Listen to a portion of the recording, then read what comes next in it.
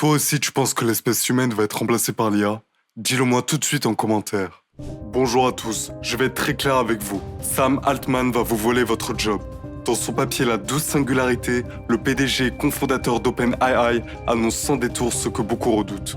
L'arrivée imminente de l'AGI, une intelligence artificielle générale capable de faire tout ce que vous faites, mais en mieux. En 2025, ces agents intelligents sont déjà capables de faire du vrai travail intellectuel. Écrire du code, corriger des bugs, rédiger des rapports et j'en passe. En 2026, ce ne sera plus de l'imitation. Ils commenceront à comprendre et proposer des idées nouvelles. Ils pourront imaginer des concepts et trouver des solutions originales à des problèmes jamais vus. Mais en 2027, des robots pourraient remplacer les humains dans le monde réel. Le monde va changer radicalement et c'est pas dans 10 ans, c'est maintenant.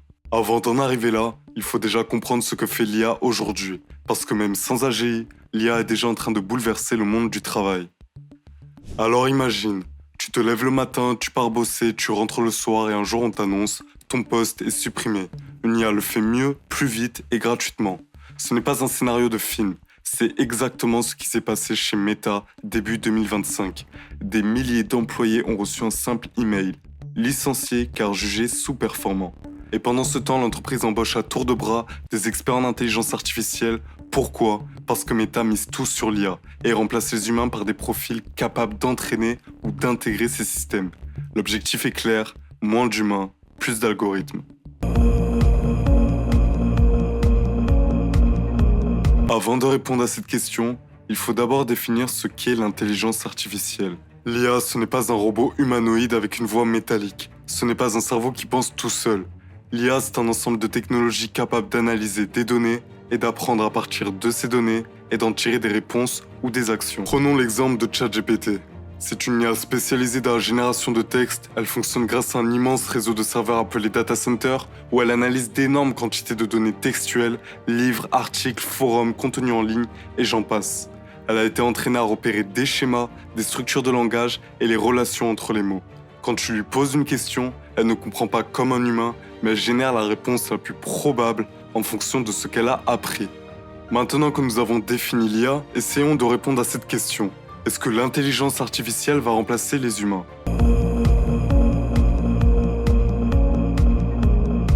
Alors soyons clairs, si tu fais un boulot répétitif sans créativité ni contact humain, t'es en danger. Mais si ton taf implique de l'émotion, du jugement ou de la relation, t'es moins remplaçable. Prenons deux exemples très simples, un standardiste et un infirmier. Dans le premier job, l'IA te remplacera sûrement dans les prochaines années. Pourquoi? Parce que répondre à des appels, orienter les gens et donner des infos préprogrammées, tout ça peut être fait par une IA vocale ou un robot. On peut déjà voir les automatisations via N8N, il suffit d'un bon script, d'un accès à une base de données et c'est réglé. Mais l'infirmier alors? Là, c'est une autre histoire. L'infirmier ne se contente pas de suivre une procédure, il peut rassurer le patient, sans si une situation est en train de dégénérer, et peut surtout faire preuve d'empathie et de réactivité. Et ça, aucune machine ne sait encore le faire correctement. Donc non, l'IA ne remplacera pas tout le monde, mais elle vise d'abord ce qui est le plus facile à automatiser. Donc voici quelques exemples potentiellement remplaçables ou fortement impactés par l'IA dans les prochaines années. On peut estimer environ à 260 000 le nombre de télévendeurs, téléconseillers, standardistes, hotliners remplaçables par l'IA en France. Et sur environ 5,6 millions de fonctionnaires, on estime environ 15 à 20% dans des fonctionnaires administratifs, soit environ 850 000 à 1 100 000 personnes remplaçables dans des métiers tels que secrétariat, standard, traitement de dossiers, saisie de données, gestion administrative, back-office RH et compta. Donc si tu fais un de ces métiers, je suis désolé, mais tu as de fortes chances d'être remplacé d'ici quelques années par l'IA. Je joins aussi par la même occasion un rapport de l'OCDE de 2023 sur l'automatisation des tâches et ses dangers pour le marché du travail. En fait, la réalité d'aujourd'hui, c'est que plus on avance dans le temps, plus la majorité des entreprises ne se demandent plus si elles vont intégrer l'IA, mais elles se demanderont plutôt est-ce qu'on peut remplacer ce poste par une IA. C'est exactement ce qu'a fait IBM en 2023. En annonçant le gel de 7800 postes dans les ressources humaines pour les remplacer progressivement par des systèmes IA. Une décision stratégique basée uniquement sur la rentabilité et l'automatisation des tâches internes. Et si ton travail peut être automatisé pour moins cher, la question que tu dois te poser toi, c'est pas si, Mais quand exactement mon job sera fait par une IA? À chaque révolution technologique, des métiers disparaissent et d'autres apparaissent. Quand Internet est arrivé, personne n'imaginait qu'on aurait des métiers comme youtubeur, développeur web, community manager ou coach en ligne. Aujourd'hui, c'est pareil avec l'IA. En 2024, on recrute des prompt engineers, des auditeurs d'algorithmes, des spécialistes en IA générative. Et contrairement à ce qu'on pense, beaucoup de ces métiers sont accessibles. Tu peux apprendre à créer des prompts en ligne gratuitement. Il existe aussi des formations en Bac+2 ou en école spécialisée dans l'IA appliquée et des universités qui commencent à proposer des cursus mêlant droit, éthique et intelligence artificielle. Il y a 5 ans, ces jobs n'existaient pas. Et dans 5 ans, il y en aura de nouveaux qui existeront.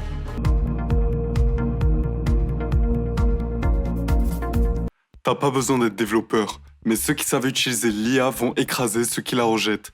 Kodak a ignoré le numérique, Netflix a surfé dessus et devine qui a survécu. Ce qui s'est passé entre Kodak et Netflix, c'est exactement ce qui est en train de se jouer aujourd'hui avec l'intelligence artificielle. Ceux qui la comprennent, qui l'utilisent, qui s'adaptent rapidement, vont passer devant. Ceux qui font semblant que ça ne les concerne pas comme Kodak à l'époque risquent de tout perdre. Et ce n'est pas valable que pour les entreprises. C'est pareil pour les indépendants, les salariés comme les étudiants. À tous les niveaux, maîtriser les outils IA, c'est comme avoir su se mettre à Internet dans les années 2000. Un avantage massif, presque vital. Regarde par exemple le métier de media maker sur YouTube. Avant, c'était un vrai métier, faire des miniatures accrocheuses qui sont optimisées et personnalisées. Mais aujourd'hui, avec des outils comme Toman AI ou même Canva boosté à l'IA, beaucoup de créateurs préfèrent automatiser ça. Et c'est normal. Et personnellement, je n'engagerai jamais de media maker pour ma chaîne YouTube, car je peux obtenir un résultat pro en quelques minutes avec les bons outils. On pourrait aussi parler des traducteurs, des rédacteurs de contenu ou même des monteurs vidéo débutants. Mais le message est simple. Maîtriser un minimum d'IA aujourd'hui, ça peut littéralement te faire gagner de l'argent demain. Mais pas que. Ça peut te faire gagner du temps et aussi de la visibilité et des opportunités. Je ne sais pas si tu as vu récemment, mais à l'heure où je tourne cette vidéo en juin 2025, il y a des créateurs TikTok qui utilisent déjà VO3 pour générer des vidéos en 2 minutes avec des visuels, des voix et du rythme. Ils ont compris une chose, ceux qui prennent l'outil en main les premiers ont une longueur d'avance et ils monétisent avant les autres.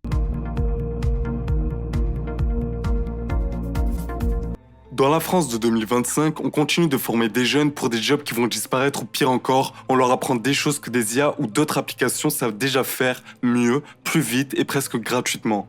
En France, c'est drôle. Tu peux être orienté en fac de psycho, en licence d'art plastique, en BTS-MCO ou NDRC, sans même qu'on se pose la question, y a-t-il encore des débouchés derrière? Pendant ce temps, on manque cruellement de main-d'œuvre dans des secteurs essentiels où l'IA ne peut rien faire, l'agriculture où on cherche des bras et du savoir-faire humain, le bâtiment où on ne peut pas automatiser les artisans, l'aide à la personne où l'humain est irremplaçable pour s'occuper des personnes âgées ou indépendantes, la santé où les infirmiers et aides-soignants qui sont toujours en sous-effectif.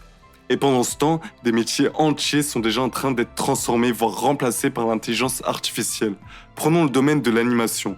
Des animateurs 2D et 3D se voient remplacés par des IA capables de générer des scènes entières à partir de simples instructions textuelles en quelques minutes. Même chose pour les programmeurs. Certaines IA comme GitHub Copilot sont désormais capables de générer du code fonctionnel à partir d'un simple prompt. Et dans les studios de jeux vidéo, les IA peuvent déjà créer à la volée des prototypes de jeux complets, les dialogues, les personnages, les décors, les musiques. Pourtant, on nous encourage encore à aller dans ces filières. La vérité, c'est que beaucoup des métiers auxquels on nous forme, sauf s'ils sont manuels ou profondément humains, sont déjà en concurrence directe avec des IA. Et cette concurrence est disproportionnée, limite déloyale. Pourquoi? Parce que ces IA sont entraînées sur des volumes de données inaccessibles pour un être humain, elles ont appris à une vitesse que personne ne peut suivre, elles travaillent 24 heures sur 24, ne dorment jamais, ne se fatiguent pas et coûtent moins cher qu'un stagiaire. Comment veux-tu rivaliser? En 2023 déjà, ChatGPT a été utilisé massivement dans les écoles, universités et concours. Il y a eu des scandales de triche aux 4 coins du monde et on sait encore que c'est le cas aujourd'hui. La vraie question c'est pourquoi est-ce qu'on continue à faire semblant? Est-ce qu'on est face à un vrai décalage de nos élites, complètement en retard par rapport à d'autres pays qui investissent et se forment déjà à l'IA? Ou est-ce qu'on vit dans une forme de déni collectif où tout le monde fait semblant que ça ne nous concerne pas? L'IA, c'est pas une menace, c'est un changement de règles, une nouvelle partie qui commence. Mais si tu restes assis en attendant que le système t'aide, autant te dire tout de suite, c'est fini pour toi. Tu veux une image, t'es sur un bateau qui coule, tu peux apprendre à nager ou attendre que l'État t'envoie une bouée.